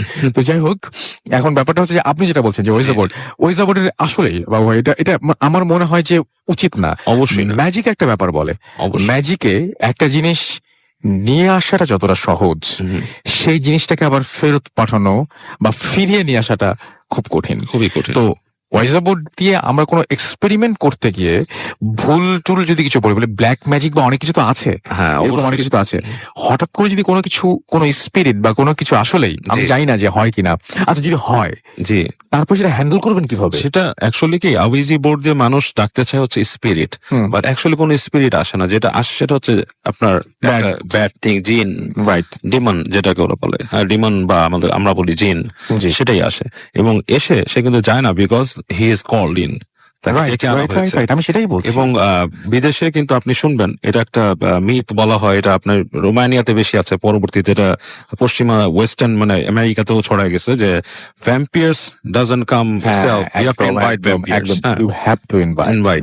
এটা কিন্তু রোমানিয়ান পুরান মিথ থেকে আসে। তো just like that vampire is kind of a demon. আরো অনেক কিছু আছে এরকম আছে না, যে আমরা না বলে নাম টাম কোনো কিছু বলতে গেলে থাকে না যে 3 বার বললে চলে আসবে, হ্যাঁ। আর অনেক কিছু আছে এরকম অনেক কিছু আছে। এবং মূল ব্যাপার ব্যাপারটা হচ্ছে যেই খারাপ জিনিসটাকে আপনি ডেকে নিয়ে আসছেন, দেখে নিয়ে আসছি। মানে খারাপ জিনিস তো আপনি ডেভিল তো বিশ্বাস করতেই হবে আপনাকে। আপনি if you are a believer অবশ্যই আপনাকে মানে গুড এন্ড ব্যাড দুইটাকেই বিশ্বাস করতে হবে। ব্যাড ইজ ব্যাড, খারাপ খারাপ, ভালো জিনিস ভালো। সো খারাপ জিনিসটাকে আমরা ডেকে না নিয়ে আসি, কারণ খারাপের কাজই সব খারাপ। সেটাই আমার মনে হয় যে ব্ল্যাক ম্যাজিক, তারপরে হচ্ছে এই যে ওয়েসাবুড নিয়ে এরকম ধরনের এক্সপেরিমেন্ট, তারপরে এগুলো জিনিস থেকে যত বেশি দূরে থাকা যায় তত বেশি ভালো। না, আমার এটা মনে হয়। অ্যাকচুয়ালি বলার একটা কারণ আছে রাসেল ভাই, বিকজ অনেকেই আমাকে মেসেজ করেন এবং জিজ্ঞেস করেন, বাবু ভাই হোয়াট ইজ অ্যাবাউট আউইজি বোর্ড, মানে ওইজা বোর্ড জিনিসটা কি, এটা করতে চায় এবং তারা একদম, আগ্রহ জানতে চায় যে কিভাবে কাজ করে এটা নিয়ে। শুনে আমি সবচেয়ে অবাক হই যে প্রচুর মানুষের আগ্রহ এটা নিয়ে, শুধু না ব্ল্যাক ম্যাজিক নিয়ে Black অনেকের magic আগ্রহ নিয়ে রয়েছে। অনেকেই প্রশ্ন করছেন। মানে which is very dangerous Very dangerous thing. And মানে আমার কাছে মনে হয় যে এটা উচিত না, আমাদের না। ধর্মীয় ভাবেও ধর্মীয় ভাবে তো অবশ্যই উচিত একদম, না। এন্ড একদম। হাউ লং ইউল লিভ, মানুষের হায়াত কতদিন বেঁচে সেটাই, আছে মানুষ। সেটাই। আর একটা ছোট কাহিনী রাসেল ভাই বলতে চাই, এটা হচ্ছে আউট অফ দিস সাসপিশনের বাইরে আর কি একটা কাহিনী বলবো। আমার মনে হয় খুব তাড়াতাড়ি তাহলে আমরা বসে আচ্ছা, এটা ছোট ছোট কাহিনী। আসলে হ্যাঁ এরকম মানে এটা হচ্ছে খুবই মানে এই কাহিনীটা আমি কখনো বলবো কিনা আমি চিন্তা করছিলাম একবার, বাট আজকে চিন্তা করলাম আচ্ছা বলা যায়, অনেকদিন আগের ঘটনা। আচ্ছা তখন ওই সময় আমার আম্মু আর কি উনি ই করতেন আর কি, আম্মা এখনো করেন, মানে একটু মানে ধর্মীয় শিক্ষা টিক্ষা দেয় মহিলাদের আর কি। তো উনি এক জায়গায় এরকম শিক্ষা দিতে গিয়েছিলেন। তো উনি যখন আসছেন তখন ওখানকার আমাদের যে নানি ছিলেন উনি বললেন যে একজন মহিলা দেখছে, একজন মহিলা ওনাকে পাগলি বলে ডাকে অনেকে। আচ্ছা তো বলতেছে যে পাগলি রাত হয়ে গেছে, তুমি একটু এগিয়ে দিয়ে আসো। আমার আম্মুর নাম ধরে বলছে, বলে আচ্ছা ঠিক আছে। তো আমার আম্মু ওনাকে নিয়ে রাতের বেলা রিক্সা করে আসছে, বেশ দূর থেকে, পুরান ঢাকার একটা অঞ্চল থেকে। আসার পর বাসায় আসলেন, আসার পর আমার আম্মু তাকে বলতেছে যে পাগলি এই যে আমাকে ডাক দিছে, বলে এদিকে আসো। ডাকার পর বলতেছে এই যে আমার ছেলে, ওকে অনেক ছোট দেখছিল না? বলে হ্যাঁ দেখছি, ছোট দেখছি, তো এখন তো বড় হয়ে গেছে মাশাআল্লাহ। বলে দেখো ওর সাথে পরে আমার বললো সালাম দাও, আমি সালাম দিলাম। দেওয়ার পরে ওনাকে যখন চলে যাচ্ছে আম্মা তাকে চাচ্ছে রিক্সা ভাড়া দিয়ে দিতে, যে তুমি রাতে আসছে রিক্সা। তখন তিনি আম্মাকে বলতেছে না আমার রিক্সা ভাড়া লাগবে না, আমি উড়াল দিয়ে চলে যাবো, আমার কি রিক্সা ভাড়া দিন, ধরেন নেবো না। সে নিবেই না। ওনাকে দেখে যে খুব আর্থিক অবস্থা সচ্ছল বা অনেক কিছু মনে হয় সেরকম না, কারণ উনি বলছে আমি উড়াল দিয়ে চলে যাবো, আমার রিক্সা ভাড়া লাগবে না। আম্মু মনে করছে যে একটু পাগল টাইপের মানুষ। আচ্ছা হ্যাঁ, তারপর চলে গেছে। হ্যাঁ তো কাহিনী শেষ। 2-3 দিন পরে আম্মু ওই নানির সাথে দেখা হয়েছে, আবার বলতেছে যে আম্মা কাল ওই দিন তো এরকম আসছিল, তো ওকে তো আমি রিক্সা ভাড়া দিতে দিলাম, ও নিল না। তখন নানি বলতেছে ওর কি রিক্সা ভাড়া লাগে নাকি, তুমি কাকে রিক্সা ভাড়া দাও, ও কি মানুষ নাকি? জিনিসটা আমি বুঝতে পেরেছি, এবং যখন আপনি উড়াল দেওয়ার কথা বলছেন তখন আমি বুঝতে পারছি যে এরকম করে কিছু হবে। হ্যাঁ, এবং মানে সত্যি কথা বলতে আমার কিন্তু আবার গুজবাম্প হচ্ছে। হ্যাঁ হ্যাঁ স্বাভাবিক, হ্যাঁ, মানে- স্বাভাবিক। মানে যারা এই জিনিসটা যারা মানে যারা ফেস করেন তাদের জি। জন্য ব্যাপারটা খুবই অন্যরকম। এটা জি। মানে এটা নিয়ে কোনো সন্দেহ নেই আর কি। সেটাই আসলে। থ্যাংক ইউ সো মাচ বাবু ভাই, thanks for coming and thanks for everything. আমরা চলে যাব আমাদের পরবর্তী অতিথির কাছে, তবে তার আগে আমরা কিছু অফকোর্স আপনারা যারা লিখেছেন যা কিছু সেগুলো একটু পড়ে শোনাবো।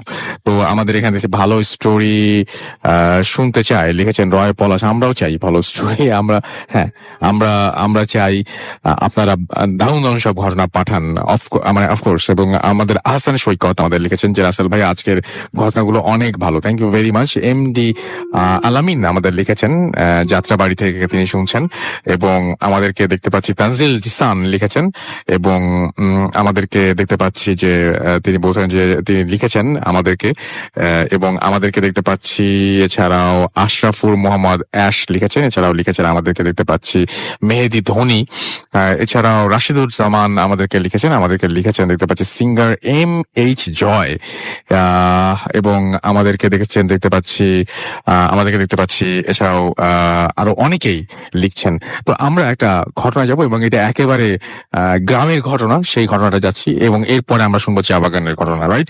তো আমরা একটা গ্রামের ঘটনায় চলে যাচ্ছি এই মুহূর্তে। আমাদের সঙ্গে একজন অতিথি আছেন, আপনার নামটা প্লিজ একটু বলবেন, তারপর আপনার ঘটনায় যাবো। আমার নাম দীপু, আমি মিরপুর শেরপাড়া থেকে এসেছি। জি। ঘটনাটা আমার বাবাকে নিয়ে, জি। এবং এটা 80-র দশকের ঘটনা। আমি তখন অনেক ছোট। আমি, আমার মা এবং আমার ভাই বোন সবাই মিলে আমার নানা বাড়ি গিয়েছিলাম, এবং বাবা সাধারণত আমাদেরকে আগে নানা বাড়ি পাঠিয়ে তারপরে মানে 2 দিন পরে যায় আর কি।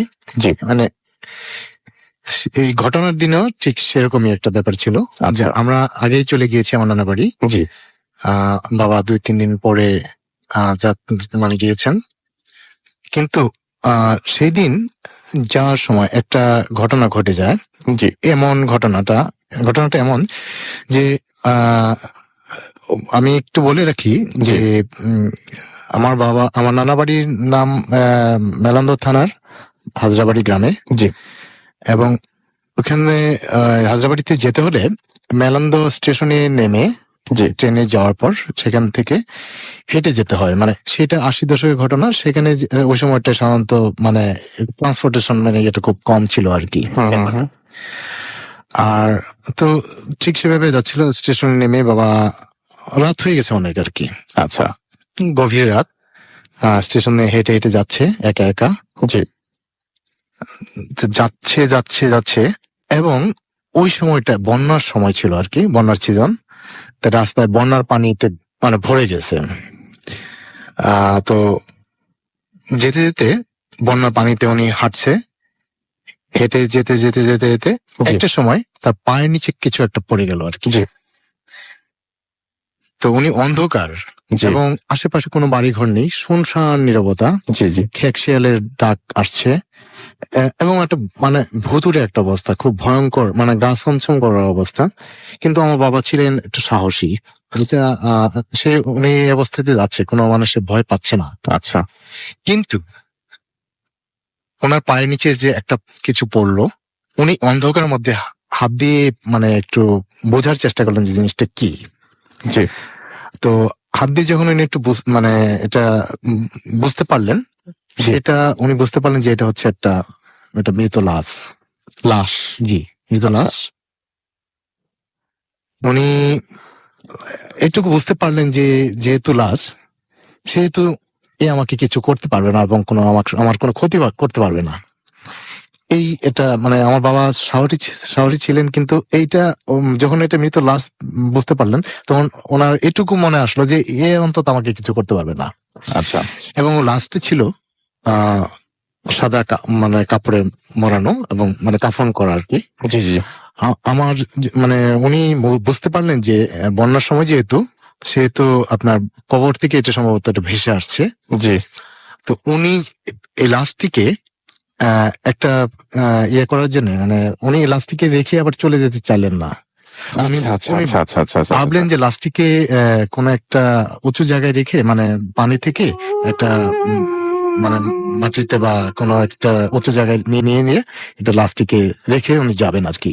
আচ্ছা। উনি এইটা ভেবে লাশটিকে উনি সাথে করে নিয়ে যাচ্ছেন। তো লাশটিকে সাথে নিয়ে যাচ্ছেন বন্যার পানি কিন্তু অনেক দূর আর কি। যেহেতু রাস্তার উপরে যাচ্ছে, তারপরে অনেক দূর যেতে লাস্টিকে উনি একটা উঁচু জায়গা পেলেন, ওখানে রেখে মানে আমার নানা বাড়িতে চলে গেলেন। কিন্তু চলে যাওয়ার পর মানে উনি ঘরে ঢোকার আগে এই ফাঁকে একটা জিনিস বলে রাখি যে আমার বড় মামা নাম হচ্ছে বাদশাহ, উনি এই ঘটনার বেশ কিছুদিন আগে মারা গিয়েছেন। কিন্তু আমার বাবা মানে নাকি ঘরে ঢোকার সময় মানে আমার মামাকে ডাকছিলেন আর কি যে বাচ্চা আয়। কিন্তু আমার মা এবং আমার নানা ছিল রংপুরের ডিসি। তো ওনারা চিন্তা করলেন যে বাচ্চা তো মানে নেই, বাচ্চা তো মারা গেছে, তুমি এভাবে ডাকছো। পরে বল যে না, আমি তো বাচ্চার সাথে সারা রাস্তা আসলাম। আচ্ছা। এটা আপনি বলছিলেন যে স্মৃতি ভ্রম বা এরকম। উনি সম্ভবত এই সময়টা এটা স্মৃতি ভ্রম হয়ে গেছে। পরে আমার নানা খুব ভালো লাগলো যে আপনি বললেন। অনেকে বলেন যে এরকম দেখা হয়ে গেছে, কিন্তু আপনারা বুঝতে পেরেছেন যেটা স্মৃতি ভ্রম ছিল। আচ্ছা। আমার নানা তখন একটু আমার নানিকে বলেন যে মানে আমার বাবাকে যেন শাওয়ার টাওয়ার করে গোসল করে একটু ফ্রেশ করে আর কি। তো সেই মোতাবেক আমার বাবাকে সেই রাতের বেলা গোসল টোসল করানো, ফ্রেশ করার পর তো উনি খুব নীরবতা পালন করতেছেন, কিন্তু মানে কিছুটা চলে আসছে তার ভিতরে, মানে একটা স্বাভাবিক পজিশনে আসতেছে মানে মনে করলেন আর কি। আচ্ছা। তো যাই হোক আমার নানা বললেন যে রাতে ঘুম হয়ে গেলে ঠিক হয়ে যাবে। তো যাই হোক উনি আসলেই রাতে ঘুমানোর পর যখন সকালবেলা উঠছেন ঠিক স্বাভাবিক আচরণই করছেন আর কি। তো ওই সময়টায় ওনার একটা একটা স্মৃতিভ্রম অবস্থা হয়ে গেছিল। এবং যদিও উনি মানে সাহসের সহিত এই লাস্টিকে নিয়ে সাথে আসছিলেন, কিন্তু তার ভিতরে কোনো একটা বোধহয় কিছু একটা মানে ঘটছিল আমার যতটুকু মনে হলো।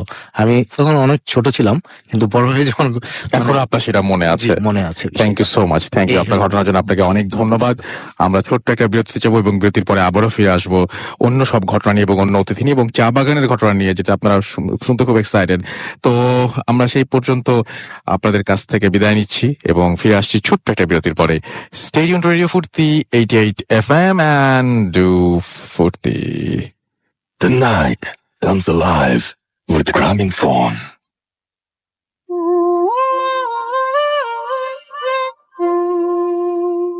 Yes, the night comes alive with Gramophone. শুনছেন সবসময় রেডিও ফুর্তি 88 FM এবং আমি রাসেলাতের সাথে চলছে ভূত FM এবং চা বাগানের ঘটনা যাব। তবে তার আগে একটা ছোট্ট ঘটনা আমরা পড়ে ফেলছি। ইমেইল আজকে যদি একদমই না পড়ি তাহলে কিভাবে হবে? সো একটা ইমেইল পড়ে ফেলছি, ঠিক যেভাবে লিখেছেন সেভাবেই পড়ছি। আসসালামু আলাইকুম রাসেল ভাইয়া, আমি আব্দুল্লাহ, বাসা জয়পুরহাট। কিছুদিনের মধ্যে আমার টেস্ট পরীক্ষা, তাই স্টুডিওতে যাওয়া সম্ভব না, লিখে পাঠালাম। ভূত এফএমে আজ আমি লাইফে ফার্স্ট ঘটনা শেয়ার করলাম। কথা না বাড়িয়ে ঘটনায় চলে যাই। ঘটনাটি আমার নিজের একটা কাজিনের সাথে ঘটেছে। আমার কাজিনের নাম পারভেজ। তিনি একজন রাগী আর জেদি টাইপের ছেলে। নাচ গান খুবই প্রিয়। এবং যাই হোক, ঘটনাটি ঘটে শীতের সময় এবং মেবি এটা ডিসেম্বর জানুয়ারি মাসে কোনো একটা দিন। আমাদের গ্রাম্য এলাকায় শীতের সময় প্রতি রাতে নাচ গানের আসর বসে। সেখানকার প্রত্যেক রাতের শ্রোতা আমার কাজিন। ঘটনার রাতে পারভেজ ভাইয়া এবং ওনার একটা বন্ধু, তার নাম হচ্ছে আশরাফুল, তারা দুজন মিলে রাত 7:45 দিকে বাড়ি থেকে রওনা দেন নাচ গান অনুষ্ঠান দেখার উদ্দেশ্যে। মাঝ রাস্তায় যাওয়ার পরে তিনি দেখেন বাইকের চাকা পাংচার হয়ে গেছে। একটু দূরেই বাজার, তাই কিছু মনে না করে দুজন মিলে নিশ্চিন্তে রাস্তায় হাঁটা ধরলেন। কিছু দূর যাওয়ার পরে বাজারে পৌঁছে মেকানিকের কাছে বাইকটি রিপেয়ার করার জন্য দেন। বাইক মেকানিক বলেন যে রিপেয়ার করতে 30 মিনিট সময় লাগবে। কথা শুনে পারভেজ ভাই আশরাফুল ভাইকে বললেন যে দোস্ত চল বাইক রিপেয়ার করে নিয়ে আসি, আমি আগে সামনে দুটো সিট নিয়ে রাখি। আচ্ছা, বাইক রিপেয়ার করা হলে নিয়ে আসিস, আমি আগে সামনের দুটো সিট নিয়ে রাখি। যেই বলা সেই কাজ। তিনি 15 টাকা ভাড়া দিয়ে সেখানে গেলেন এবং সামনে দুটো সিট নিয়েছেন। অনুষ্ঠান শুরু হয়েছে, কিন্তু আশরাফুলের কোনো খবর নেই। Mobile off.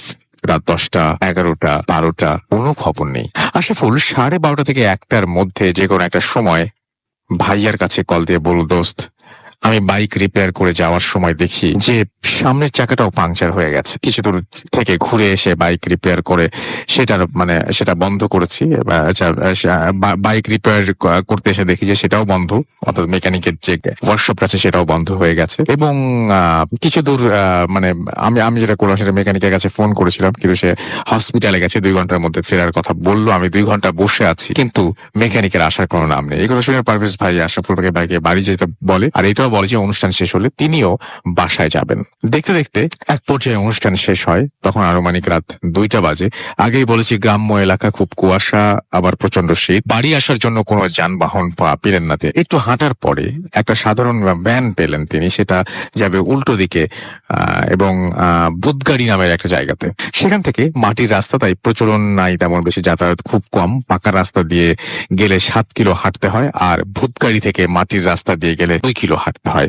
এই রাস্তাটা মাটির হওয়ার কারণে তেমন চলাচল নেই, বাড়ির উল্টো দিকে পড়ে, তাই ভাইয়া রাস্তা দিয়ে চলাচল করেন না, ইমার্জেন্সি খুব না হলে বা খুব জরুরি কিছু না হলে আর কি। আর অন্য কোনো উপায় না থাকায় তিনি ভ্যানে করে ভূতগাড়ি হয়ে বাড়ি যাওয়ার রাস্তাটাই বেছে নিলেন। ভ্যান চালক তার সিটে, ভাইয়ার সামনে দুটো ছেলে মানুষ চাদর মোড়ানো, আর ডান পাশে একটা লোক, সেও চাদর মোড়ানো। যতদূর বোঝা যায় সবাই ছেলে। এবং এত রাতে মেয়ে সাধারণত বের হয় না গ্রাম এলাকায় মেয়েরা। এবং ভ্যান চালক অল্প পরিচিত মনে হচ্ছে, কোথাও দেখেছে তাকে, এবং বাকিদের তো চিনতেই পারছে না। নিঝুম রাত, চারিদিকে কুয়াশাতে ঢাকা। গ্রামের উঁচু নিচু পথে ভ্যান চলতে লাগলো। চতুর্দিকে নীরবতা আর ঝিঝি পোকার ডাক, একটা ভুতুরে পরিবেশ। কেউ কারোর সাথে কথা বলছে না, তাই ভাইয়া হেডফোন লাগিয়ে একটা গান শুনছিলেন। তিনি দেখতে পান যে যাদের তিনি ছেলে ভেবেছিলেন, তার ছেলে নয়, তারা মেয়ে আসলে, এবং তারা কালো বোরকা পরে আছে। দুজনের দুটি করে 4টি চোখ অপলক দৃষ্টিতে ভাইয়ার দিকে তাকিয়ে আছে, মায়াবী চাহনি। ভাইয়া একটু অবাক হলেন যে আসলে যা দেখছেন সেটা ঠিক কিনা। ভাবলেন যে হয়তো তিনি ভ্যানে উঠেছেন এবং এই মুহূর্তে কোনো একটা কারণে হয়তো তার ভুল হচ্ছে।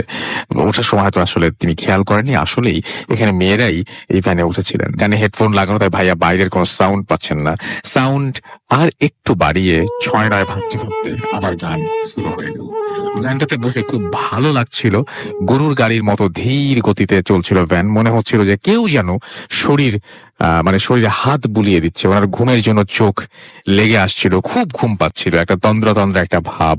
ঠিক তখন হঠাৎ করে আচমকা চাপা ব্রেকে ভ্যানটি একেবারে চলা বন্ধ হয়ে যায়। তিনি ডান পাশে তাকাতেই দেখেন যে লোকটা বসেছিল সেই লোকটি নেই, সেই জায়গায় একটা বিড়াল বসে আছে। ভ্যান চালক কিছু না বলেই দৌড়ে পালিয়ে যাচ্ছেন। ভাইয়া খুব ভয় পেলেন। ভীত দৃষ্টিতে সামনের দিকে তাকাতে দেখেন সেই মেয়েগুলো আসলেই কোনো মেয়ে নয়, তাদের পুরো শরীরটাই ঢাকা ছিল কালো একটা বোরকা দিয়ে, এবং অজানা এক রাগের দৃষ্টিতে তারা এখন তাকিয়ে আছে। কি ভয়ানক চোখ, আগুনের মতো চলছে 4টি চোখ। ভাইয়া এটা দেখে হেডফোন মোবাইল ছেড়ে দিয়ে প্রাণপণে দৌড়াতে থাকেন। কোথায় যাবেন জানেন না এবং কোথায় যাচ্ছেন সেটাও জানেন না। দৌড়াতে একটা গর্তে পড়ে যান। গর্তের ভেতরে খুব অন্ধকার। তিনি পকেট থেকে দেশলাই বের করে একটা টিপ দেন, দেশলাই লাইটার বের করে টিপ দেন, এবং তিনি কোথায় আছেন সেটা দেখার পরে তিনি সেন্সলেস হয়ে যান। তিনি দেখেন যে পচা গলিত দুর্গন্ধযুক্ত লাশের ওপর বসে আছেন তিনি একটা কবরের ভেতর। কতক্ষণ যে সেন্সলেস অবস্থায় ছিলেন সেটা তখন তিনি বুঝতে পারেননি। পরের দিন সেন্স ফিরলে তিনি দেখেন সেই কবরের লাশের সাথেই তিনি শুয়ে আছেন। তিনি বাইরে আলো দেখতে পান, কিন্তু লাশের সাথে শুয়ে থাকাটা তিনি সহ্য করতে পারেন না। লাশটা দেখে আবার সেন্সলেস হয়ে যান। সেন্সলেস থাকতেই একটা দিন অতিবাহিত হয়ে যায়। পরে আবার যখন সেন্স ফেরে তখন রাত, কিন্তু তিনি কবরেই আছেন। তিনি সাহস করে উঠে আসেন বাইরে, সেই অন্ধকার রাত। তিনি আবার দৌড়াতে থাকেন। তিনি বুঝতে পারেন যে এটা একটা কবরস্থান, কিন্তু জোরে দৌড়ানোর পরেও এটার কোনো শেষ খুঁজে পাচ্ছেন না। তিনি আবার দৌড়াতে থাকেন প্রাণপণে, চিৎকার করতে থাকেন। অন্ধকারে কিছু মানুষের কথা শুনতে পান, দূর থেকে ভেসে আসছিল। তিনি সেই দিকে তাকিয়েই দৌড়াতে থাকেন আর খুব চিৎকার করতে থাকেন, আমাকে বাঁচাও। খুব খুব কষ্টে সেখানে পৌঁছান এবং তাদের মধ্যে একজনকে জড়িয়ে ধরেন। তিনি একটু পরে বুঝতে পারেন যে যাকে তিনি জড়িয়ে ধরেছেন তার শরীরে কোনো কাপড় নেই, সমস্ত লোমে ঢাকা। এক ঝটকায় তাকে ফেলে দেয়। তিনি তাদের দিকে তাকে দেখতে পান, কিছু মানুষ রক্তবর্ণ চোখ করে তার দিকে তাকিয়ে আছে। তিনি আল্লাহু আকবার করে চিৎকার দেন। তারপরে আর কিছু মনে নেই। 3 দিন পরে মসজিদের ইমাম ফজরের ওয়াক্তে তাকে রাস্তায় পান এবং ইমাম সাহেব মসজিদে রাখেন আমার কাজিনকে। আমরা ওনাকে জীবিত অবস্থায় নিয়ে আসি। তিনি এখনো অসুস্থ। আব্দুল আমিন লিখেছেন জয়পুরহাট থেকে। ফেসবুকের লিঙ্কটাও তিনি দিয়ে দিয়েছেন। Thank you very much. যারা লিখবেন তারা চেষ্টা করবেন ফেসবুকের লিঙ্কটা দিতে, যাতে আপনাকে আমরা খুঁজে পাই। তো আমরা এখন চলে যাব আমাদের সেই চা বাগানের ঘটনায়। আশা করছি এই ঘটনাটি আপনাদের ভালো লেগেছে। আপনার নামটা প্লিজ একটু বলবেন, তারপর আপনার ঘটনায় যাব। হ্যালো লিসনার, আমি তামজিদ অর্ণব ফ্রম উত্তরা। তো আমি ঘটনায় চলে যাই। জি। তো রিসেন্টলি আমি আমার এক বড় ভাই সুবাদে শ্রীমঙ্গল চা বাগানে কয়েকদিন থাকার সুযোগ হয়, ওখানে একদম বাংলোতে। তো বাংলোর বর্ণনাটা আমি আগে দিয়ে নেই। সেটা হচ্ছে বাংলোটা একদম টি স্টেটের খুবই ভিতরে, চারিদিকে বলতে লোকালয়ের শুধু কয়েকটি চা শ্রমিকের গ্রাম, আর লোকালয় তেমন নেই, আর শুধু চা বাগান আর চা বাগান। তো সেখানে সন্ধ্যার পর থেকেই মোটামুটি খুবই নির্জনতা নেমে আসে। তো পরিবেশটাই হয়ে যায় অন্যরকম। তো সেখানে ঠিক রাত 11টায় বা 12টায় সে বাংলোতে একটা নাইট গার্ড আসে। সে সারা রাত তো ওখানে বারান্দায় ঘুমায়। তো এরপর সে সকালবেলা ওকে আর দেখি না। তো দ্বিতীয় দিন রাত্রে আমার হঠাৎ করে মনে হলো যে নাইট গার্ড অনেক ধরনের ওর বিভিন্ন ঘটনার সাথে তার খুবই ওদের লিঙ্ক আছে ভালো।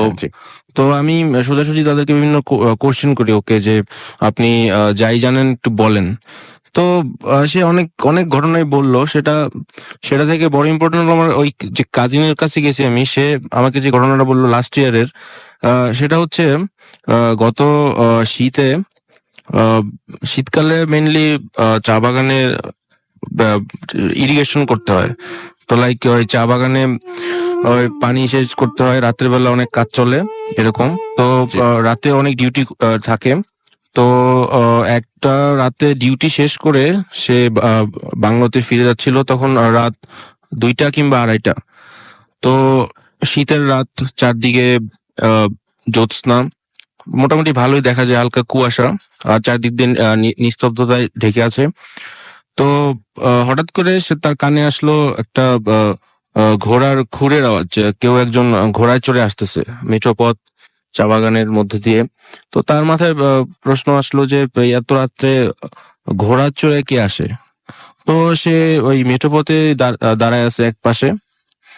তো আস্তে আস্তে শব্দটা খুবই প্রখর হয়ে উঠতেছে, তার মানে ওর দিকে আসতেছে, বাট কোনো কিছু দেখতে পাচ্ছে না ও। তো কিছুক্ষণ 4-5 মিনিট পরে হঠাৎই ওই ঘোড়াটা সে দেখতে পায় একদম তার ঠিক সামনে। কিন্তু তার কাছে যেটা মনে হলো এবং সে যেটা নিজের চোখেই দেখলো সেটা হচ্ছে ঘোড়ায় একজন লোক বসে আছে, কিন্তু সে লোকটি আসলে তার যেই অবয়ব এবং তার যেই পোশাক আশাক, তা সে খুব স্পষ্টভাবেই বুঝলো এটা আসলে কোনো বাংলাদেশি কেউ না, সেটা হচ্ছে একজন ব্রিটিশ লোক। তার সেই ব্রিটিশদের সেই বুট এবং মাথার চুল এবং কোট এবং একটা তরবারিও আছে সাথে। তো জাস্ট ওর পাশ দিয়ে ঘোড়ায় চড়ে চলে গেল। তো এই ঘটনায় এতটাই শকড হলো সে 5 মিনিট একদম নড়তেই পারলো না জায়গা থেকে। তো কিছুক্ষণ পরে সে বাংলোতে আসলো এবং তার খুব জ্বর হলো সেদিন। তো পরের দিন তার ওই সিনিয়র ম্যানেজারকে সে ঘটনাটা বললো, আর ম্যানেজার হাসতে থাকলো যে এটা তো একটা খুবই ওইখানকার একটা কমন ঘটনা, যারা ওই ইন্টারনাল এখানে কাজ করে এবং থাকে ওইখানে তারা সবাই জানে যে রাতের বেলা অনেক সময় খুব রাত 3টা, 3টার দিকে এরকম ঘোড়ায় চড়া ব্রিটিশ লোকদেরকে দেখা যায়, এবং সেটা খুবই একটা কমন ঘটনা। নাইট গার্ডও সেটা বললো, সে অনেকবার দেখেছে এগুলা। তো তারা সেখানকার যারা স্থানীয়, যেমন চা শ্রমিক আছে এবং যারা টি স্টেটের ম্যানেজার, তারা এরকম অনেক ঘটনারই ওইখানকার প্রত্যক্ষদর্শী। তো আরেকটা সেটা হলো একটা দোলনা আছে ওই বাংলোতে, যেটা নাকি খুবই হন্টেড। কারণ একটু যদি বলতেন। হ্যাঁ, কারণ প্রতি বৃষ্টির রাতেই, যখনই বৃষ্টি অনেক শুরু হয়, তখন বৃষ্টি খুবই এমন যে রাতে সারা রাত বৃষ্টি। তো ওই নাইট গার্ডটা বললো যে প্রত্যেক দিন সে বৃষ্টির রাতে ঠিক রাত 2:30 থেকে 3টায় প্রতিদিন সে, এবং আমার ভাইয়াও সেটা কনফার্ম করলো যে নাকি এই বাংলোতে থাকে, যে একটা মহিলাকে দেখতে পায় যে দোলনায় দোল খেয়ে 3টার দিকে সে জাস্ট দাঁড়ায়া হেঁটে হেঁটে চলে যায় মেন গেটের দিকে। এটা নাকি খুবই মানে এমন হয়েছে যে 2জন একসাথেই দেখতেছে, বাট কিছু বলার নাই আসলে, তখন কিছু করারও থাকে না। এটা হলো ওখানকার ওপেন সিক্রেট এই বাংলোর। তো এরকম বেশ কিছু বাংলো আছে ওখানে, আর আরো অনেক কাহিনী আছে, সেটা আমি হয়তো পরে আরেকদিন এসে বলবো। আর আজকে আপাতত এইটুকুই থাকুক। Thank you so much, thank you. তো আমরা দেখতে পাচ্ছি যে আমাদের এখানে অনেকেই লিখছেন এখনো পর্যন্ত, এবং ইমন হোসাইন লিখেছেন আমার রোল নাম্বার 13। মোহাম্মদ আল আমিন খান লিখছেন এবং সাথে আছেন, অনেক অনেক ধন্যবাদ। জ্যাক জন আমাদের লিখেছেন, হ্যালো ভাই, রাজশাহী থেকে শুনছি। তাহসান আহমেদ তৌহিদ আমাদের লিখেছেন, এবং আজকে তিনি প্রথম দিকে শুনতে পারেনি, এখন শুনছেন। আমাদের সঙ্গে আছেন এমডি আনামুল বিজয় জুনিয়র। মানে আপনার শুনতে শুনতে যেটা হয়েছে সেটা সাহস বেড়ে গেছে। মানে থাকে না যে একদিন আমরা হয়তো বাসা থেকে বের হয়ে কিছুটা পথ অতিক্রম করতে পারি, তারপরে আরেকটু একটা সময় আমরা পুরো দুনিয়া অতিক্রম করতে পারি একাই। তো এই ব্যাপারটা ঘটে, এবং সেই জন্য আমি বলি যে আপনারা যারা ঘটনা পাঠাবেন, তারা যারা ঘটনা পাঠান তাদেরকে নতুন কিছু যদি তাদের জীবনে ঘটে থাকে তাহলে সেটা তখনই তারা পাঠাতে পারেন, তাছাড়া তাদের পাঠানোর কোনো উপায় থাকে না। থেকে ধ্রুব সরকার আছেন এবং তিনি বলছেন best episode of this month. আমাদেরকে মিজানুর আশিক লিখেছেন, আমি মিজানুর, আমাদের সাথে আরো অনেকেই আছেন এই মুহূর্তে। আর যারা থাকতে চান তাদেরকে বলবো যে অবশ্যই আমাদেরকে লিখুন আপনারা, এবং আমাদের অ্যাড্রেস হচ্ছে ভূত এফএম।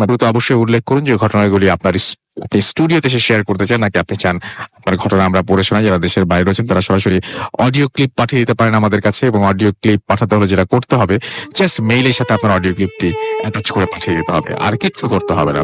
রাসেল ভাই, মেডিকেল ঘটনা চাই, আপনার পরিচিত কোনো ডাক্তার বা মেডিকেল কর্মরত আছেন, হসপিটালে কর্মরত আছেন, এরকম কাউকে বলুন না প্লিজ ঘটনা যদি ঘটে থাকে তাহলে পাঠাতে। আমরা অনেকেই যেমন এরকম খুঁজে বের করার চেষ্টা করি, তো আপনারাও দেখেন একটু।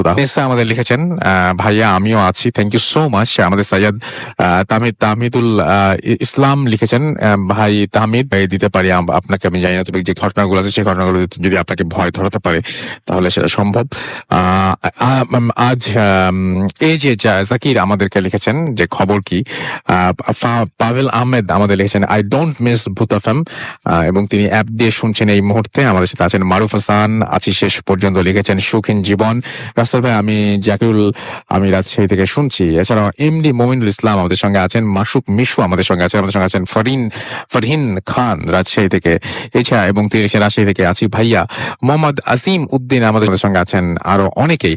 তো যাই হোক, যারা আছেন তাদেরকে অনেক অনেক থ্যাঙ্কস, এবং আশা করছি পুরোটা সময় আমাদের সঙ্গেই থাকবেন। আমরা একটা ছোট্ট বিরতির পরে আবারও ফিরে আসবো, সেই পর্যন্ত আমাদের সঙ্গে থাকতে হবে, আশা করবো থাকবেন। এবং তারপর আরো একটা ঘটনা রয়েছে। তো stay tune two radio Foorti 88 FM and do ফুর্তি। Bhoot FM. The night comes alive with Gramophone.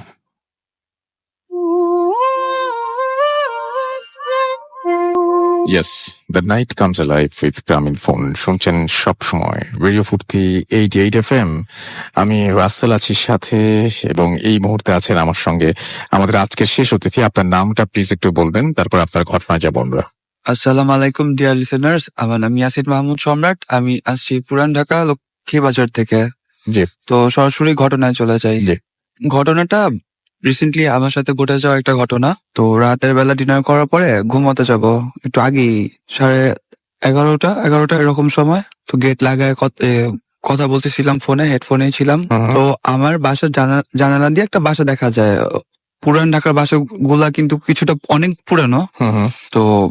তো কেন জানি না হঠাৎ করে বেখেয়াল বশত পুরানা বাসার ছাদে চোখ যখন যায়, যা দেখি এটা দেখার জন্য আমি কেন ভাইয়া কেউই হয়তো কখনো প্রস্তুত থাকবে না, একটা মহিলার মতো একটা অবাক বসে আছে। আপনি নিজে দেখেছেন নিজের চোখে? জি, আমার নিজের চোখে দেখা, আমি কথা বলছিলাম এন্ড জিনিসটা সরাসরি আমার চোখের দিকে তাকায় আছে।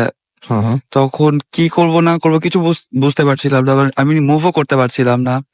আয়াতুল কুরসি সূরা আমার মুখস্থ অনেক আগে থেকে, তো আমি ওটার দিকে তাকিয়ে যেহেতু মুভ করতে পারছি না, আয়াতুল কুরসি পড়া শুরু করি। এন্ড যখন সূরাটা শুরু করি, যখন শেষ করলাম, শেষ করে বুকে ফুঁ দেওয়ার সাথে সাথে মনে হলো আমার মাথার চুল থেকে নিয়ে পায়ের নখ পর্যন্ত মানে পানি ছিল, পানি পড়ে গেল এরকম কিছু একটা।